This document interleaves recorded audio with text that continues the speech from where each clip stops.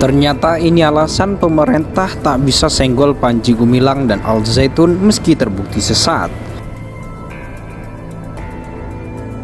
Ada kelompok orang yang kerjaannya adalah mengedarkan obat terlarang. Oke? Udah dikonfirmasi oleh Pak Mahfud bahwa ini adalah bentukan negara. Apotik ini tempat bersembunyi bandar atau pentolan-pentolannya pengedar obat terlarang tadi yang dijual di masyarakat di dalam Al Zaitun. Oke, korbannya adalah masyarakat, bukan santri Al Zaitun. Santri Al Zaitun minum obat yang legal. Pak, perintah Kapolri tidak boleh tajam ke bawah tumpul ke atas, tapi juga tidak boleh tumpul ke kiri tajam ke kanan. Artinya? Ada terjemahkan sendiri. Saya rasa semua kita bisa memahami. Jangan sampai penegakan hukum itu tajam ke kiri, tumpul ke kanan, atau sebaliknya. Obat itu kalau sampai ke minum satu pil aja, maboknya kayak bapak tadi itu. Bisa mencuri, merampok, dibentuk sama negara loh, Dan itu sampai hari ini masih ada kegiatan itu. Hasil kajian dari MUI ini untuk yang periode sekarang ini itu sudah selesai dan sudah disampaikan ke Komisi Fatwa, Mas, MUI Pusat. Dan kemudian yang saya dengar hari ini sudah selesai ya, sudah disampaikan ke Bareskrim tapi tidak dipublish. Kami santri kena stigma oleh masyarakat, diolok-olok di media sosial. Santri Al Zaitun tinggal bayar 2 juta udah boleh zina. Di masyarakat kami di Padang begitu, kami malu. Berapa banyak influencer yang mengolok-olok kami, padahal kami baik-baik saja. Siapa lagi korbannya? Rakyat Indonesia seperti bapak-bapak ini, ibu ini. Bukan 1-3 orang ini, bukan, ratusan ribu orang ke apotik sana yang datang ke Al Zaitun. Profesor, dokter, jenderal, macam-macam. Ngapain sih ngibulin masyarakat kayak gitu? Al Zaitun itu apotik yang legal, itu pusat pendidikan yang legal. Masuk ke sana ya pasti dilihatin, ya emang di situ mau intelijen kayak mau polisi kayak tinggal di situ 24 jam, nggak ada yang diceritain sama bapak-bapak ini, nggak akan ada. Jadi NII itu dulu pemerintah tahu tuh bahwa NII itu masih hidup, sudah ditumpas di berbagai tempat masih hidup, sehingga pemerintah lalu menggalang kalau gitu diadu saja antara NII dengan NII.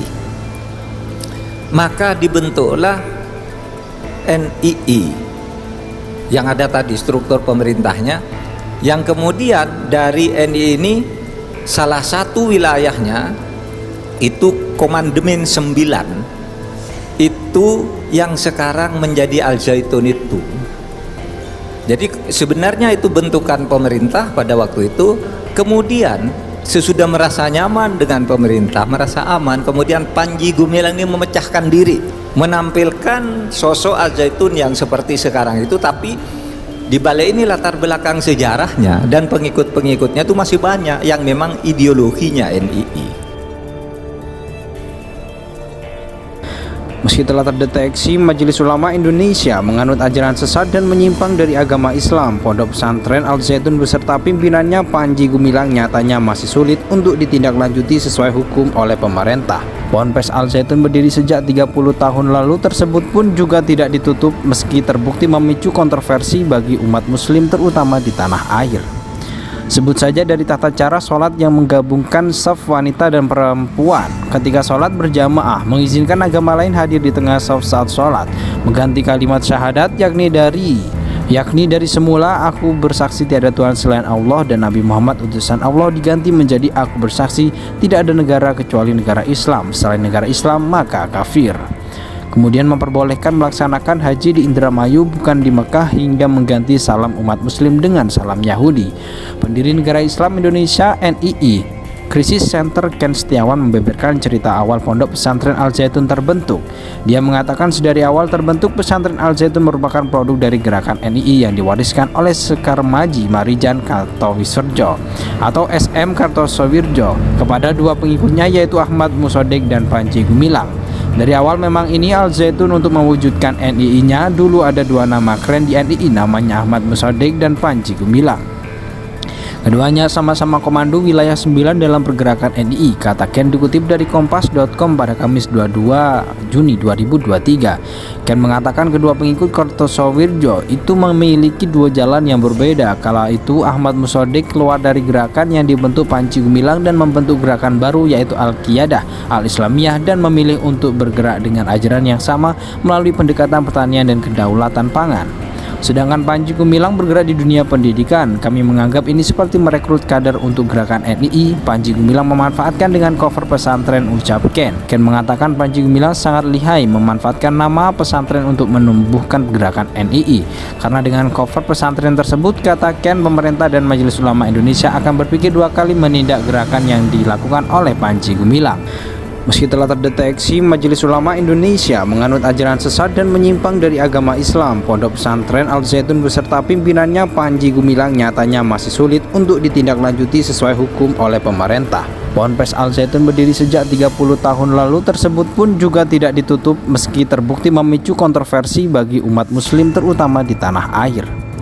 Sebut saja dari tata cara sholat yang menggabungkan saf wanita dan perempuan ketika sholat berjamaah, mengizinkan agama lain hadir di tengah saf saat sholat, mengganti kalimat syahadat yakni dari semula aku bersaksi tiada Tuhan selain Allah dan Nabi Muhammad utusan Allah diganti menjadi aku bersaksi tidak ada negara kecuali negara Islam, selain negara Islam maka kafir.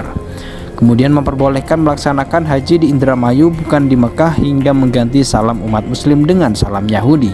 Pendiri Negara Islam Indonesia NII, Krisis Center Ken Setiawan membeberkan cerita awal Pondok Pesantren Al Zaitun terbentuk. Dia mengatakan sedari awal terbentuk Pesantren Al Zaitun merupakan produk dari gerakan NII yang diwariskan oleh Sekar Maji Marijan Kartosoewirjo atau SM Kartosoewirjo kepada dua pengikutnya yaitu Ahmad Mossadegh dan Panji Gumilang. Dari awal memang ini Al Zaitun untuk mewujudkan NII-nya dulu ada dua nama keren di NII, namanya Ahmad Mossadegh dan Panji Gumilang. Keduanya sama-sama komando wilayah 9 dalam pergerakan NII, kata Ken dikutip dari kompas.com pada Kamis 22 Juni 2023. Ken mengatakan kedua pengikut Kartosoewirjo itu memiliki dua jalan yang berbeda. Kala itu Ahmad Mossadegh keluar dari gerakan yang dibentuk Panji Gumilang dan membentuk gerakan baru yaitu Al-Qiyadah Al-Islamiyah dan memilih untuk bergerak dengan ajaran yang sama melalui pendekatan pertanian dan kedaulatan pangan. Sedangkan Panji Gumilang bergerak di dunia pendidikan. Kami menganggap ini seperti merekrut kader untuk gerakan NII. Panji Gumilang memanfaatkan dengan cover pesantren, ucap Ken.